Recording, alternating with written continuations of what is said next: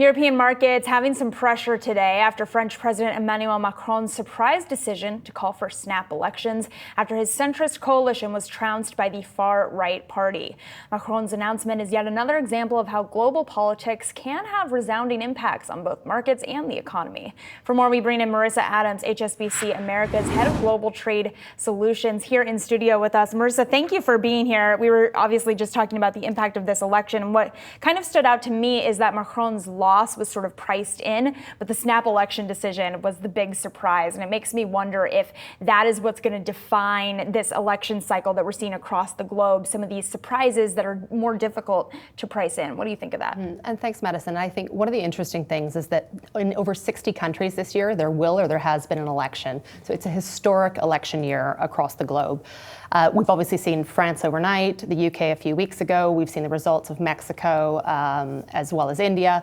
And one of the things for sure is that trade continues to be a huge topic on the campaign trail. Now, some of that's due to protectionism, nationalism, other focuses.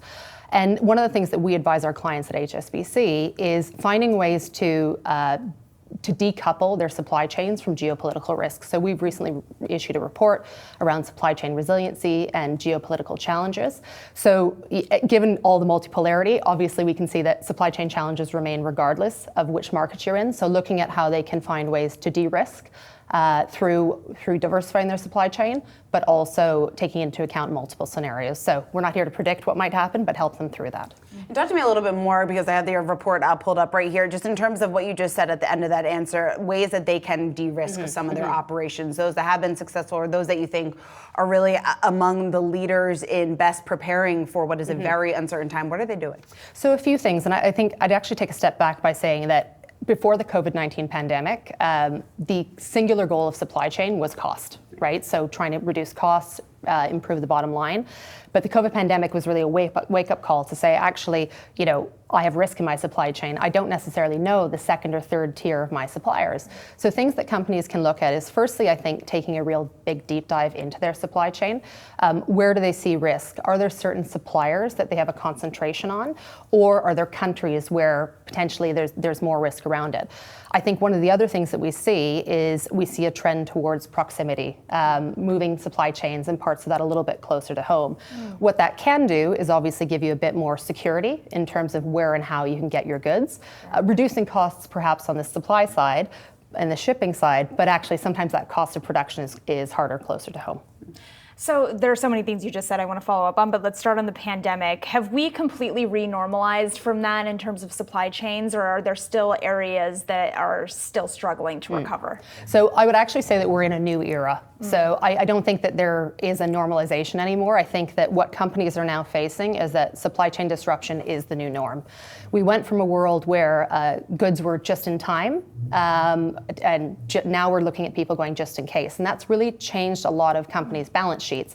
They're having to hold more inventory, they're having to prop up their suppliers.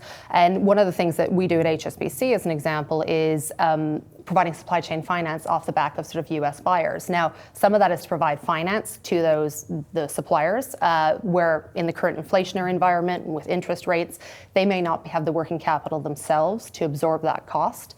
But also what it tends to do is actually tighten those supplier relationships. So if you're actually providing that supply chain finance facility, you're helping that supplier to succeed, and in some ways de-risking your own supply chain to have that security. Yeah, and as you take a look at some of the sectors that have been most affected, obviously I think one of the sectors that is top of mind for many investors out there is what's happening right now amongst chip makers, specifically within the semiconductor industry. What are you seeing there? And then just the ultimate impact that this is going to have on these companies for investment portfolios. What should they be keeping in mind? Yeah, and it's a really good question. And I think there's sort of three things that I would say that investors need to look out for when they're looking at companies they're investing in. So number one, is the CFO, our senior leadership talking about supply chain resiliency? If you look at the reports, we've got some stats around the increases up and down around supply chain resiliency. So are they focusing on both the risk and the cost? Second thing is they should be looking, does the company have concentration in key markets or key sectors? And you bring up semiconductors, which is a very common challenge at the moment, where a lot of the production is in Taiwan. They're trying to move production here into the United States, but actually that's not a snap decision. It takes 5-10 years of investment. So the third thing I'd say that they should be looking out for is that, are the companies talking about investment into infrastructure, investing in their supply chains and that diversification? And I think that's something for them to take a look at as they're looking at companies they're investing in.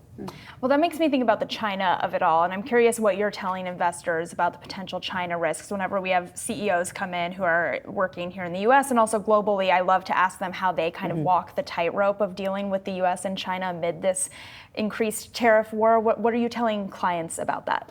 Look, I think the thing that we sort of say to clients is that supply chains are complex, and even when things are produced here in the United States, there's a number of different components that are produced in Asia, in Europe, and other markets in the world.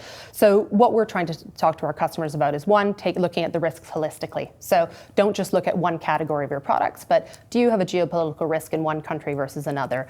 Is there a risk from a transport aspect in another country? So we tell them to look holistically at the risks rather than focus on a country by country basis. What about inflationary pressures? Is this going to worsen the situation? Is this going to prolong some of the challenges that we're seeing around the world? It's definitely prolonged some of it from a supply chain perspective. And I go back to the fact that if you're a large corporate, you can typically get 5 to 10% more on your facility.